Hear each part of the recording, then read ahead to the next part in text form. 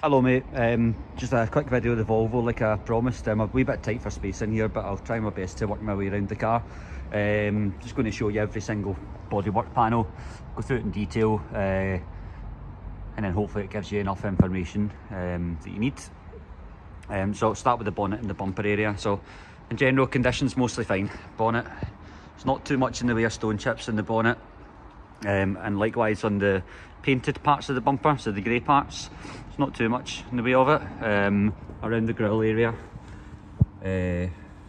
just the odd wee stone chip. So this grille's normally, these are silver, so standard. Previous owners, just a couple of wee tasteful modifications he's made to it. So the grille and the badge area blacked out, and the mirrors have been blacked out as well. They're normally split that kind of colour of silver. So only real blemish in the whole car is just this wee scratch just at the front left hand corner of the bumper. The rest of it's fine, but I'll go around it anyway. Wing area's fine, door fine, likewise with the back door. Your wing's okay. Like bumper's fine. So you've been super critical. There's a couple of wee chips just on the lip of the bumper, just where you would load things in. Diffuser area is fine. Try and squeeze myself through here. That corner's fine, and the entire right hand side of the car is fine as well.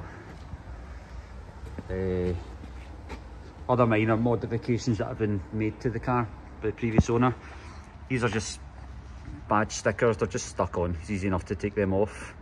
Don't know how familiar you are with Volvo culture, but it means something to Volvo people. Wind deflectors, and the other thing that he's done, he's put the spoiler from a black car on it. In my opinion, looks all right. You might have a different opinion, but the good news is I do have the original grey coloured one. I've got that, so it can go back on if it really needs to. But I think it looks really nice the way it is. Just kind of try and show you from good angle and far back. Yeah. Oh, aye, sorry. Wheels and tyres. So all the tyres I've got nice and chunky. As you get with most cars, just round the rim, a few scratches. It's not too bad, that one.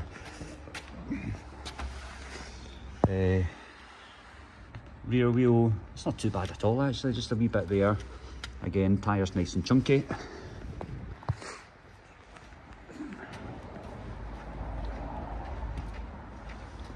This one, that's pretty much fine.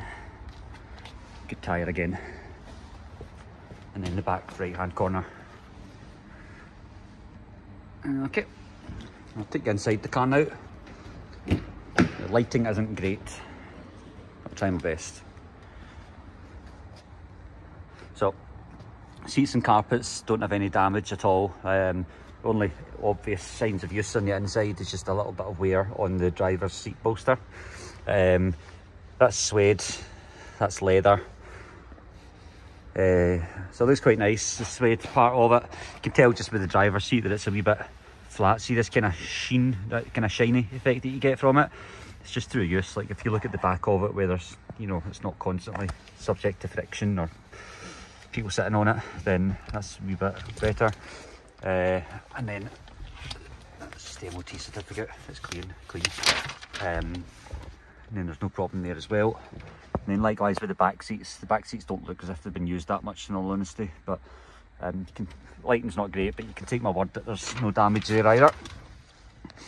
Right, turn it on. Again, don't know how familiar you are with these, but keyless, sorry, not keyless, it's a remote key. Actual physical keys inside it to open the doors if you need to. The key just goes in there, put in the clutch, start stop button, and then it all starts.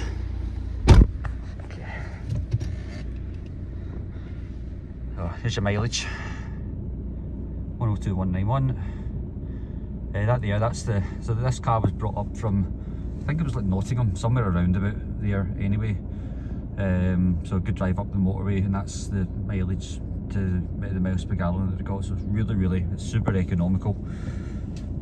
Don't know what you're used to driving at the moment, but very much doubt it will be better than this in fuel. Steering wheel controls, you get your cruise control.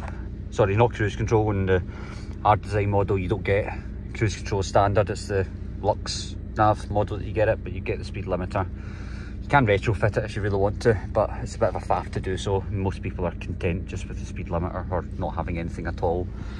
Navigation unit, so button for the press nav, brings the map up, and then you control everything just through this button here. Just put all your route information in. Cup holders and gear stick, again no problems here, it's all really nice. This is, you might not be able to tell in the light, but that's illuminated, and that kind of purple tint that you can see reflected on the silver. There's what they call mood lighting.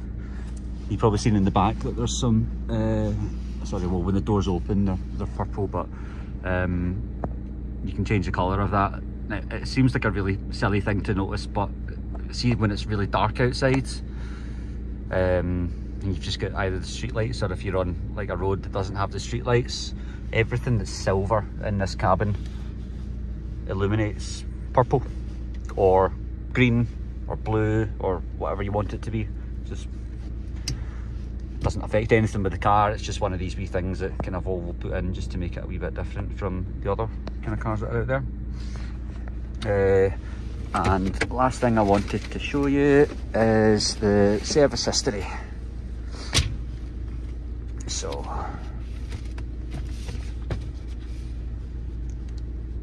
go through everything here. Right, I've only got one hand, so I'll go back the way. Okay, so 2022 was serviced by myself. It has been serviced again, just not stamped up yet. And then there's the previous ones, so 2021, sorry, another one in 2022. Sorry, that's the same one, but it was just stamped twice for some reason. So you got 2021, 2020, 2019, 2018,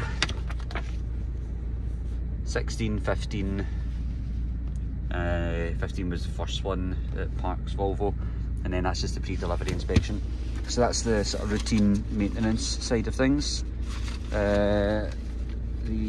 Hold on a minute, I'm just going to put the phone down. Where is it? There is, I think you were asking about the timing belt.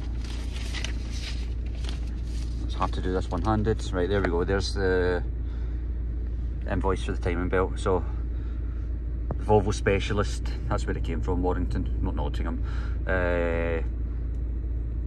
Volvo Specialist down in Warrington that done it. So there's the date, sorry, no, the date of the invoice is there. So done in April last year at 91,000 miles. Timing belt, water pump, and at the same time they replaced an ABS sensor. So that's all the proof of that. And then there's just spurious other invoices for simple things. A speed sensor, I'm guessing that was about the same time. That was in April as well. Another service invoice, and there's a couple of tyres. There's another service invoice. These just kind of back up what's in the service book in the first place, but there's no harm having the actual physical invoices to supplement the stamps. So yeah, I tend to rabble on a bit. I'm not the greatest at doing these videos. I'm no broadcast journalist, but hopefully that's been informative enough for you. I'm just going to leave this on there. I'm going to move it anyway, so I'll leave that on. So yeah, nice car. I'm sure you will love it. Oh yeah, the only other modification that they've made is just a silly thing. So this light here, meant to be halogen, but it's sorry, not halogen, just a normal bulb, but they've made the person's put it to an LED bulb. They can be changed back, no problem. It does show up a message in the dashboard that there's a bulb malfunction. It's because it's not designed for the LED bulbs. But again, it's an easy thing to fix. It's 2 minutes to change a bulb. So yeah, thanks very much.